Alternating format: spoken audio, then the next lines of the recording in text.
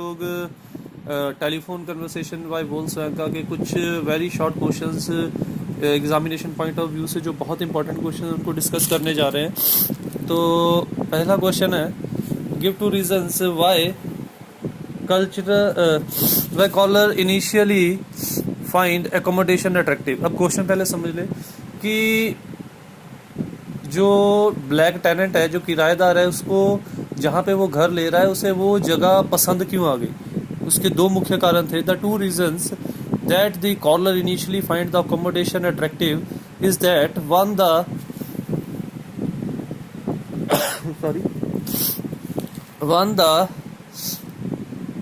rent is reasonable. The second is that landlady lives off the premises, so he would have lot of privacy.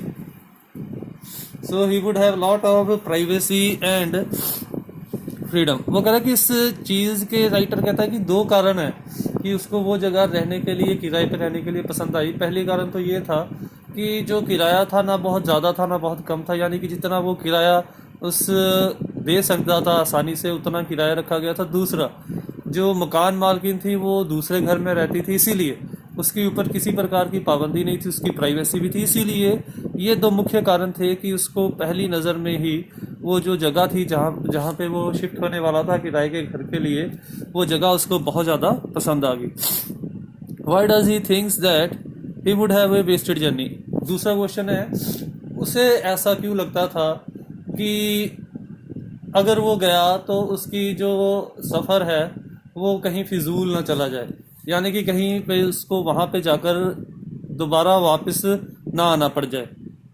तो इसका main जो answer में ये बनता है, क्योंकि हम लोगों ने पोइम पढ़ी है तो पोइम में यही चीज़ बताई गई है, रेशियल डिस्क्रिमिनेशन, रंग के आधार के ऊपर जो भेदभाव प्रचलित था उसी के ऊपर ये पोइम आधारित है। तो वही कहीं ना कहीं, क्योंकि पश्चिमी देशों में लोगों का ऐसी सोच थी कि वो लोग ब्लैक लोगों को बराबर हक नहीं देते थे, उनके साथ रहना, उनके साथ बात करना, उनके साथ बोलना उन लोगों को अपनी इंसल्ट जैसा लगता था। तो कहीं ना कहीं ये जो भेदभाव था यही मुख्य कारण था कि वो ऐसा सोचने पर मजबूर था। बाकी हम लोग एनालाइज करते हैं। The black tenant is fully aware of the racial discrimination prevalent in the white society. He knows that blacks are refused apartments on rent, so he doubt that his landlady would do the same when she comes to know about his skin color. That is why he think he would have a wasted journey. तो वो कह रहा है कि वो उस समय की बात कर रहा है जब पश्चिमी देशों में भी रंग के आधार पे जो भेदभाव है बहुत ज़्यादा था। लोग इतना ज़्यादा रंग के आधार पे भेदभाव करते थे कि उनको कभी भी कतई ये पसंद नहीं था कि कोई भी ब्लैक जो है वो उस कॉलोनी में, उस जगह पे आके रहे जहाँ पे वाइट लोग रहते थे। तो इसीलिए दिली दिल में उसको पता था कि जब समाज में इतना भेदभाव फैला हुआ है और उसकी मकान मालकिन भी एक वाइट लैंड लेडी है, तो कहीं ना कहीं उसकी सोच के अंदर भी ये भेदभाव ज़रूर मौजूद होगा। और जब उसकी मकान मालकिन को उसकी असलियत पता चलेगी कि वो भी एक ब्लैक है, उसकी स्किन का कलर भी ब्लैक है, तो हो सकता है कि उसकी मकान मालकिन भी वाकई वाइट लोगों के जैसा ही बर्ताव करे। और जैसे कि हम लोगों ने पोइम में देखा, जैसे ही वो अपनी आइडेंटिटी डिस्क्लोज करता है, वाकई में उसकी मकान मालकिन भेद भरा जो बर्ताव उसके साथ करती है। इसीलिए उसको ये शक था कि जब उसकी मकान मालकिन को उसके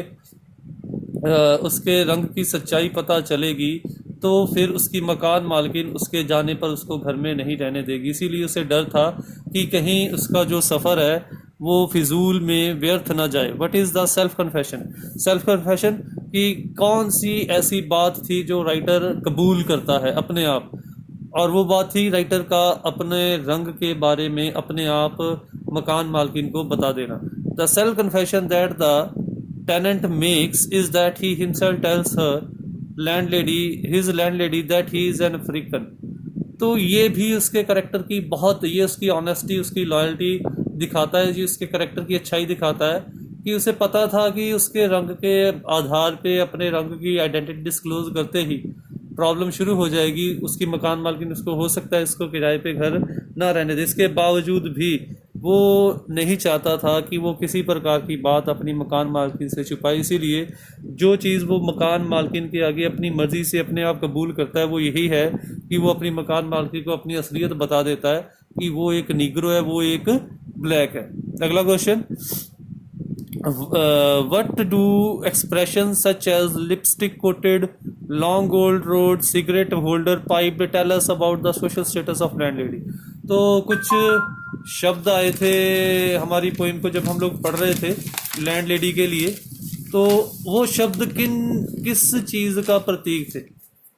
तो उन्हीं चीज़ के ऊपर वो कह रहे कि वो शब्द प्रतीक थे कि सामाजिक तौर पे जो लैंड लेडी है वो कितनी बड़ी फैमिली से, उसकी जो फैमिली बैकग्राउंड है वो एक अमीर फैशनेबल मॉडर्न घराने से है, और वो वाइट लोगों के भेदभाव से भरे बर्ताव की प्रतीक या प्रतिनिधित्व करती है। These words show that the land lady belongs to a rich respectable and fashionable women. तो ये चीज़ें, ये शब्द जो हम लोगों ने पीछे क्वेश्चन में पढ़े हैं, ये इस चीज़ का प्रतीक है जो हमें ये एक अंदाज़ा दे देते हैं कि लैंड लेडी एक बहुत ही उच्च, बहुत ही सम्मानजनक और बहुत ही फैशनेबल घराने से ताल्लुक़ रखती है। She belongs to rich family. It is clear from the fact that she has more than one house as she live of the princes. वो एक अमीर घराने से संबंध रखती है। इस चीज़ से भी क्लियर हो जाता है कि उसके पास एक से ज़्यादा घर है। अब वो कैसे क्लियर होता है? क्योंकि टेनेंट हमें बताता है कि वो किसी दूसरी जगह दूसरे घर में रहती थी, यानी कि वो एक बहुत ही अमीर, बहुत ही सम्मानजनक रिस्पेक्टेबल फैमिली की मेंबर थी। But these words only show their social status, not her personal character. But ये सारी की सारी चीज़ें उसका सामाजिक स्तर ही बताती थी, उसका चरित्र कैसा है, उसकी अंदर क्या खूबियाँ हैं, उन चीज़ों को ये क्वालिटीज़, ये शब्द जो हैं वो व्यक्त नहीं करते थे। ये उसके केवल बाहरी गुणों को व्यक्त करते थे, उसके अंदरूनी गुणों को व्यक्त नहीं करते थे। लास्ट क्वेश्चन है हमारा, what does the poem tells us about the landlady and the tenant?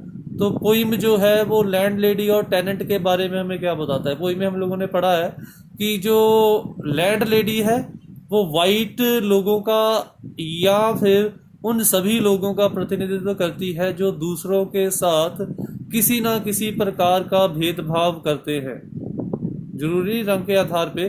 Gender discrimination ले ले, वहाँ पे औरत और मर्द के साथ वहाँ पे जो लैंड लेडी है वो पुरुषों का रिप्रेजेंटेटिव कर रही है। एससी और जनरल कैटेगरी में आ जाए तो वहाँ पे वो जनरल कैटेगरी को रिप्रेजेंट कर रही, यानी कि जो शोषण करने वाला वर्ग है लैंड लेडी उनको प्रतिनिधित्व कर रही है, और जो ब्लैक टेनेंट है वो वुमेन को रिप्रेजेंट कर रहा है, वो लोअर कास्ट को रिप्रेजेंट कर रहा है, या फिर और किसी प्रकार का भी जो शोषण का जो कोई शिकार होता है वो उन सभी लोगों का प्रतिनिधित्व कर रहा है। तो आंसर स्टार्ट करते हैं। The poem tells us that land lady belongs to a very rich fashionable and modern white society and she is full of hatred and prejudice for the black. तो वो कह रहा है कि लैंड लेडी जो है वो रिप्रेजेंट कर रही है एक अमीर फैशनेबल और मॉडर्न वाइट सोसाइटी को, जो सोसाइटी ब्लैक लोगों से उनके रंग के कारण बहुत ज़्यादा भेदभाव करती है। वो उन लोगों को बराबर हक नहीं देती, और यहाँ तक भी मानते हैं कि समाज में जितने भी क्राइम, जितने भी जुर्म होते हैं उन सभी के लिए कहीं ना कहीं जो है वो वाइट लोग जो है रिस्पॉन्सिबल हैं। उसके बाद है the black tenant belongs to the black society who is very honest, truthful and suffers heavily at the hands of the landlady. और दूसरे साइड पे हमें पता चलता है ब्लैक टेनेंट का करेक्टर जो कि शोषित वर्ग को रिप्रेजेंट कर रहा है, जो कि शोषित वर्ग का प्रतिनिधित्व कर रहा है, और जो कि बहुत ही ईमानदार है, सच्चा है, और इसी ईमानदारी और सच्चाई के कारण और अपने काले रंग के कारण उसे लैंड लेडी के हाथों बहुत बुरे तरीके से बेइज्जत होना पड़ता है। और इसी प्रकार से समाज में फैले जो दूसरे प्रकार के भेदभाव है, चाहे वो जेंडर है, चाहे वो कास्ट है, चाहे वो रिलीजन है, वहाँ पर भी जो शोषित वर्ग है इसी प्रकार से जो हाई वर्ग है उनके द्वारा शोषित होते हैं। तो इस प्रकार से लैंड लेडी शोषण करने वालों को का प्रतिनिधित्व करती है और जो टेनेंट है वो शोषित वर्ग का प्रतिनिधित्व करता है. तो that's all for today. Thank you, but do not forget to like, comment, share and subscribe my channel.